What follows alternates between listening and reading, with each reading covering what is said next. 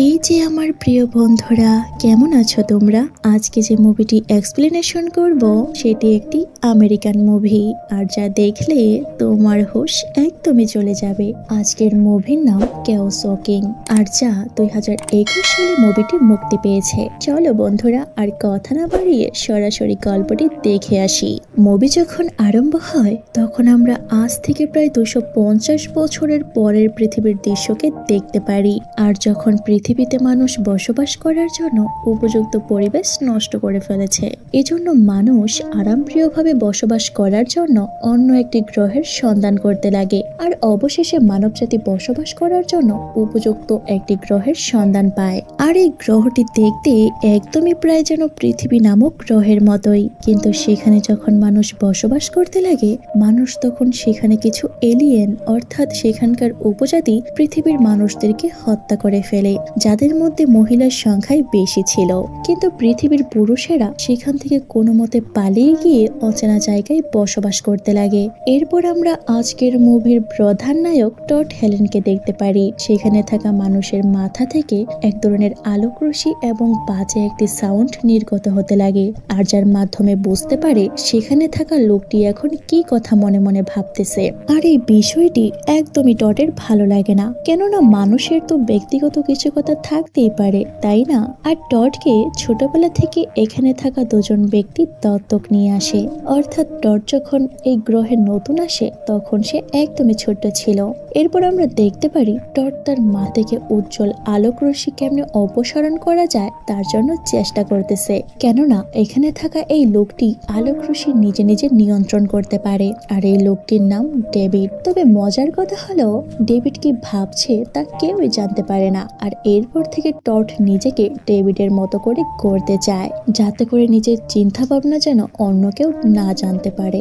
এদিকে এই ছেলেটি টডকে একদমই পছন্দ করে না, আর তার জন্য তাদের মধ্যে একদিন প্রচন্ড লড়াই হয়। এরপর আমরা দেখতে পারি একটি মহিলা টডের ঘর থেকে কিছু খাবার সংগ্রহ করতে চাচ্ছে। টড সেই বিষয়টি দেখে ফেলে, আর সাথে সাথে মহিলাটি দৌড়ে সেখান থেকে পালিয়ে যায়। আর টড তখন মহিলাটির পিছু করতে লাগে, আর সেখানে গিয়ে দেখতে পারে চারপাশটা ধ্বংস হয়ে আছে, আর মহিলাটিকে খুঁজতে লাগে। এরপর টড মহিলাটিকে খুঁজে না পেয়ে ফিরে আসে তার আস্তানায়, আর তার পিতাকে সবটা খুলে বলবে এরকমই সিদ্ধান্ত নেয়। তবে টড কিছু বলার আগেই টডের সেই অদ্ভুত আলোর সাহায্যে আস্তানার সকল ব্যক্তিরা সবটা জেনে ফেলে। আর সেই ধ্বংস হওয়া জায়গায় টডের পালিত বাবা সহ অন্যান্য লোকেরা সেখানে হাজির হয়, আর সেখানে গিয়ে দেখতে পারে কোনো মানুষ নেই।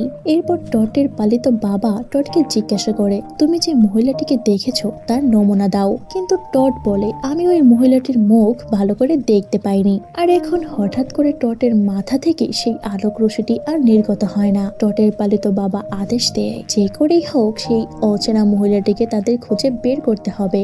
এরপরে সিনে আমরা দেখতে পারি টড আবারও সেই মেয়েটিকে দেখতে পায়, আর অনেক কষ্ট করার পর মেয়েটিকে আটকিয়ে ফেলে। এখানকার আস্তানার প্রধান ব্যক্তি মেয়র মেয়েটি সম্পর্কে জানতে চায়, আর জিজ্ঞাসা করে কি জন্য তাদের গ্রহে ঢুকেছে।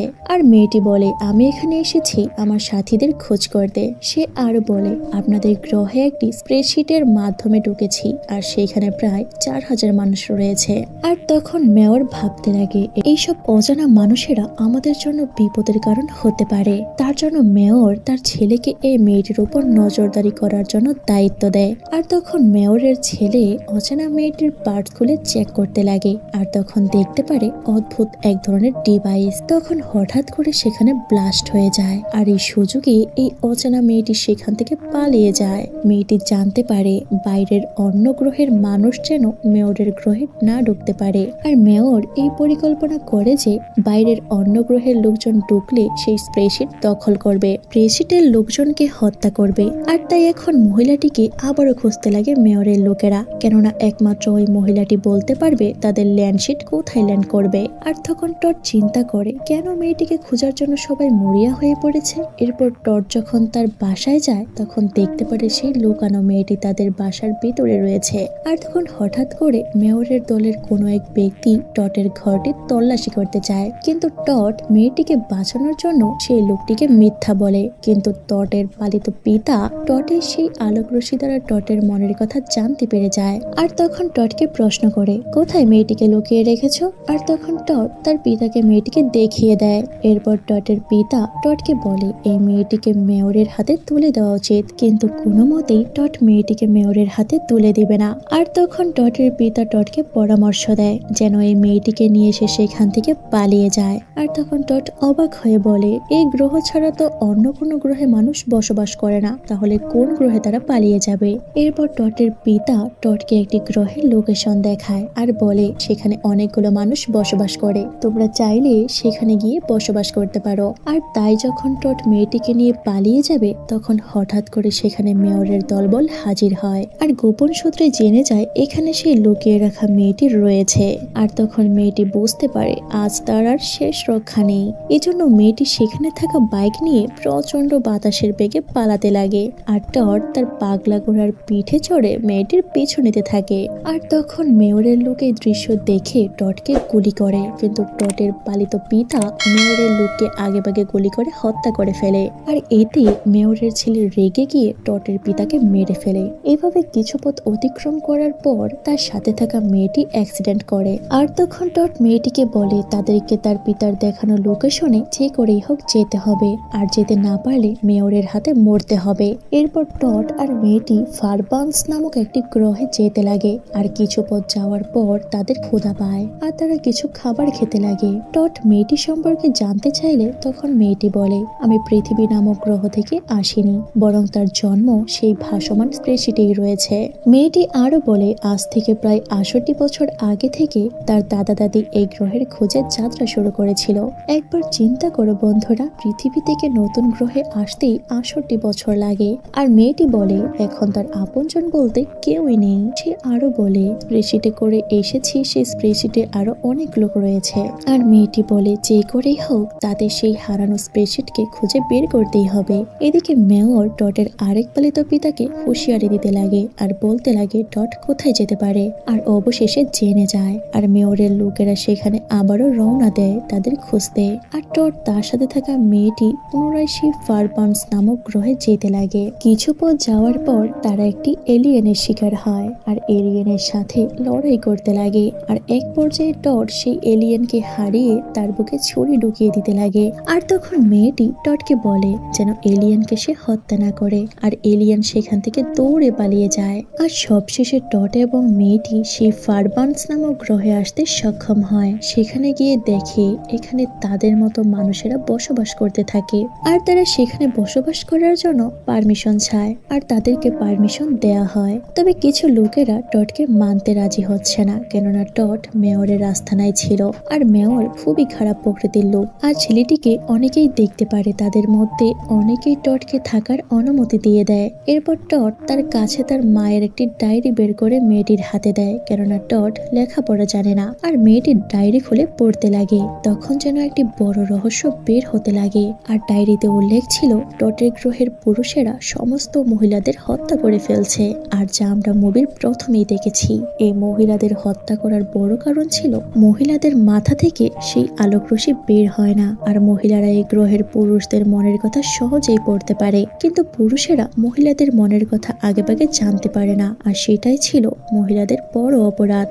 আর তার জন্য ধর্মগুরু আর মেয়রের কথায় এই গ্রহের সমস্ত মহিলাদের হত্যা করা হয় আর টটের মাকেও হত্যা করা হয়। টট তার মায়ের হত্যার পেছনে মেয়র আর ধর্মগুরুর হাত আছে তা জেনে যায় আর প্রতিশোধ নিবার জন্য মরিয়া হয়ে ওঠে। তখন মেয়র সেখানে তার দলবল নিয়ে হাজির হয় আর তাদেরকে আত্মসমর্পণ করতে বলে, কিন্তু টট আবারও সেই মেয়েটিকে নিয়ে পালাতে লাগে আর একটা ঘরে সে পালাতে সক্ষম হয়। এরপর টটের আরেকজন পালিত পিতা দেখে ফেলে আর তাদেরকে বোঝাতে লাগে তাদের আত্মসমর্পণ করতে, কিন্তু টট তার পিতাকে বলে কেন তুমি এতদিন মিথ্যা বলেছ আমাকে। আর তার পিতাকে রাগ দেখাতে লাগে, অর্থাৎ তার মাকে যে পুরুষরা হত্যা করেছে সেই কথা লুকিয়ে রাখার জন্য। এরপরে সিনে আমরা দেখতে পারি টটকে আবারও পালাতে রাস্তা করে দেয় টটের পালিত পিতা। আর তখন মেয়রের সামনে মিথ্যা একটি অবিকল সেই মেয়েটিকে বানিয়ে এসে হাজির করে আর কিছুক্ষণের মধ্যে মেয়েটি অদৃশ্য হয়ে যায়। আর যা দেখে মেয়র আরো বেশি রেগে যায় লোকটার উপর।